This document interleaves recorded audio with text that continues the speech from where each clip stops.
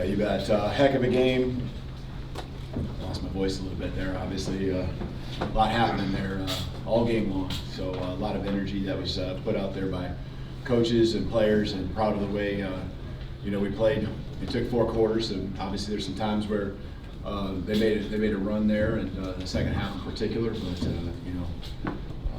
just proud of the way our guys kept fighting, kept playing. I think we continue to learn every single play and grow. You see that at the end with ZB's interception.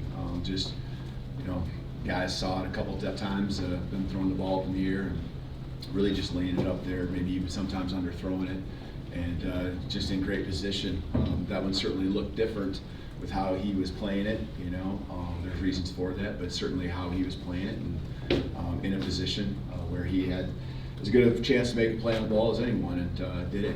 These guys are fun to coach every single day because they're just wanting to get better. And highlighted Ryan obviously with the big play he had in the touchdown.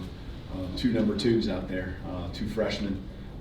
It was fun celebrating those guys in the locker room. Our team, loves the way that they work every day. But tip the cap to Georgia. Just they're a heck of a football team. We pushed each other to the very end. So proud. Again, can't say how proud I am of our guys. We talk about you get what you deserve, and these guys come to practice every single day. They're in the weight room. Any opportunity where we're asking and asking them to do something, they're all over it, and they're doing it to an extremely high level. So we expect to win games. These games, and so of course the locker room's full of excitement, but I also want to make sure that we understand that's the expectation, and there's a lot of season left, and so I want to make sure we don't blow all our energy into this win, and make sure we can handle success and get ready for next week. All right, thanks, Coach. Start on the left side with Nick Kelly. Yeah, when you have 2 freshmen, like you mentioned, when you have 2 freshmen in a game where resolve was needed, and they were the ones who provided it, what does it say about those 2? Yeah, it says a lot. It says mentally that they're well ahead of their time, and they've played enough snaps now, to where there's a belief that not only that they have in themselves, but we all do, and we see it in practice. And they're playmakers. They battle, they grind. They were tired. Played a lot of snaps, each of them. A lot of running, but they're true. They're true as far as what we ask, and grinded 4 quarters and beat until the very end. And so, they earned that stripe down the middle of their helmet today. That's for sure. Jump to the right side, Charlie. Yeah, Coach Jaylen had almost 500 yards in total offense. Just what do you think of the way he played and the way he started the game? Yeah, he was, I think, exceptional, and I really, I didn't want to jump the gun, but I just really felt like the last couple of weeks, and it starts with the Wisconsin game where he got into a little bit of rhythm, made those plays. We still didn't have enough opportunities really. He threw it, I think, we either threw it 17 times or something like that, but you could see him taking that step from week 2 to week 3. The offensive line, I think, is doing a good job for the most part of really protecting him, and he's thinking about where he's going to go with the ball. It doesn't mean he's perfect, but man, he's a weapon out there, and he's doing it both through the air and with his feet. He's tough to game plan against when you're on the other side. When he needed to put the ball somewhere, I really felt like his accuracy, and that goes to his timing, the rhythm. The confidence, the belief that he has in his receivers and whoever's catching the pass. And not everyone goes. Not everyone, there was a couple times where we actually let him down. We let him down and didn't have a couple guys run exactly what they were supposed to do. And it looks kind of fuzzy, and you're wondering what the heck's going on. And, it's a credit. I felt like he just mentally, kept staying the course, and that he continues to grow in all ways, not just as a football player, but as a leader as well. Go back over to the left side to Mike. Kirby had mentioned at halftime he hadn't seen you guys throw it empty before. It seems like maybe caught them off guard early in the game. How did you feel like you adjusted as the game went on? Maybe they got more of a handle on that? Yeah, well, we hit the one to Ryan, in the 3rd quarter. He made this kind of circus catch. And yeah, there was more of that. I mean, we've done it, throughout the season, but there was certainly a heavier dose of that. And, I thought, I really felt like when we went empty, Jaylen did a good job of seeing the space, seeing the coverages, and that's what I love, because we have a lot of playmakers out there and sometimes just getting the ball in their hands. So, there's adjustments going back and forth. They did a nice job with some things, and then we had to counter back as well. You have Chris Lowe on the left side. Hey, Kalen, I know you've been in a lot of big games, but could you take us through the emotional roller coaster to get up by 28, and then those last few minutes when you guys were like both teams sort of trade haymakers? Yeah. Yeah, when you face a really good football team, there's going to be a strong push. That's what I would expect from us if we were ever in a spot. We're going to fight till the very end, and I expect our guys to go make plays.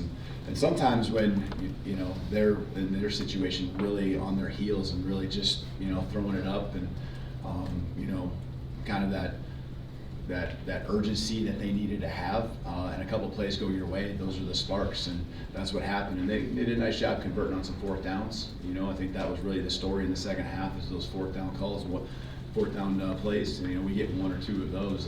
Really, the game looks different, I think, in the second half. So, but yeah, it's those are the battles. We know that's what each and every week is going to be. Just people are going to bring their best shot to us, and that's the SEC. So.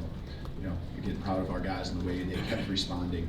It wasn't like, the next play or the next drive was always perfect, but we did play team football. I thought covered for each other. We got some takeaways, got a field goal. Special teams did a nice job there. Of course, there were some letdowns, and we all saw what some of those were too. Question in the back right, Chase. Can you speak to Kendrick Law having to come out of the game and what his situation is? Yeah, he's got a lower body injury, so I don't know what he'll be.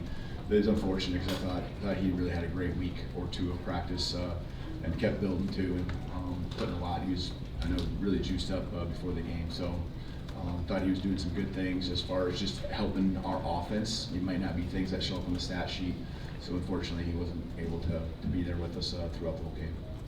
Back left, Ryan. Coach, an answer like that at the end, what does that say to your team, and what's your message to the team, and how does that carry over now that you guys made a response at the end like that? Yeah, we talked about it on Sunday. There were some games last week.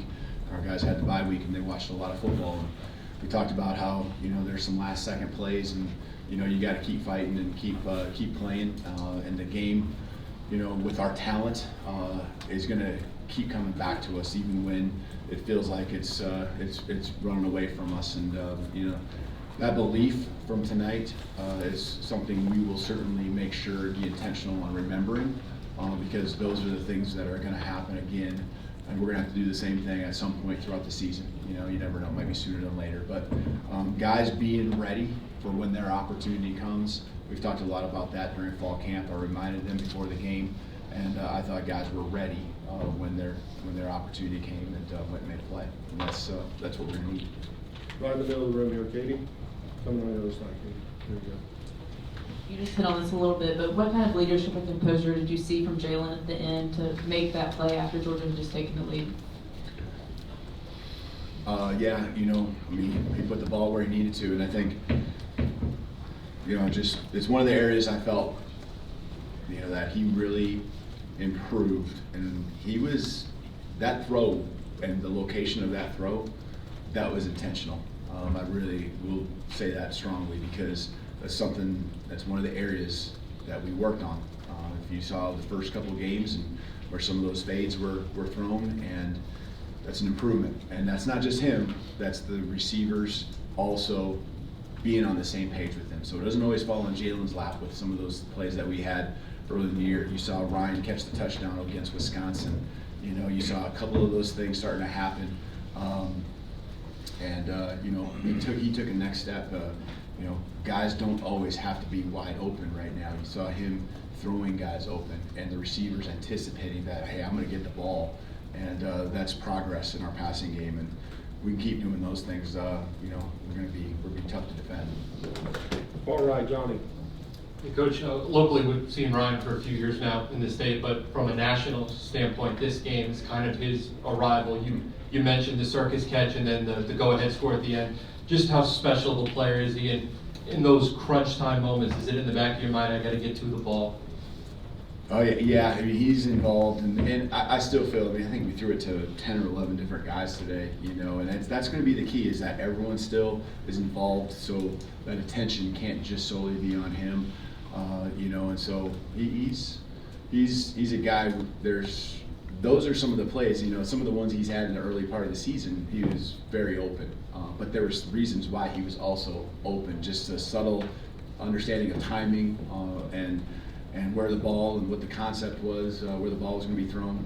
But now you see some of the playmaking that I know we saw during fall camp, where there are competitive catches, and that happened a couple times tonight. So then after I think the thing I'm probably more impressed with that I knew he was going to bring, but it's what he's doing after the catch too.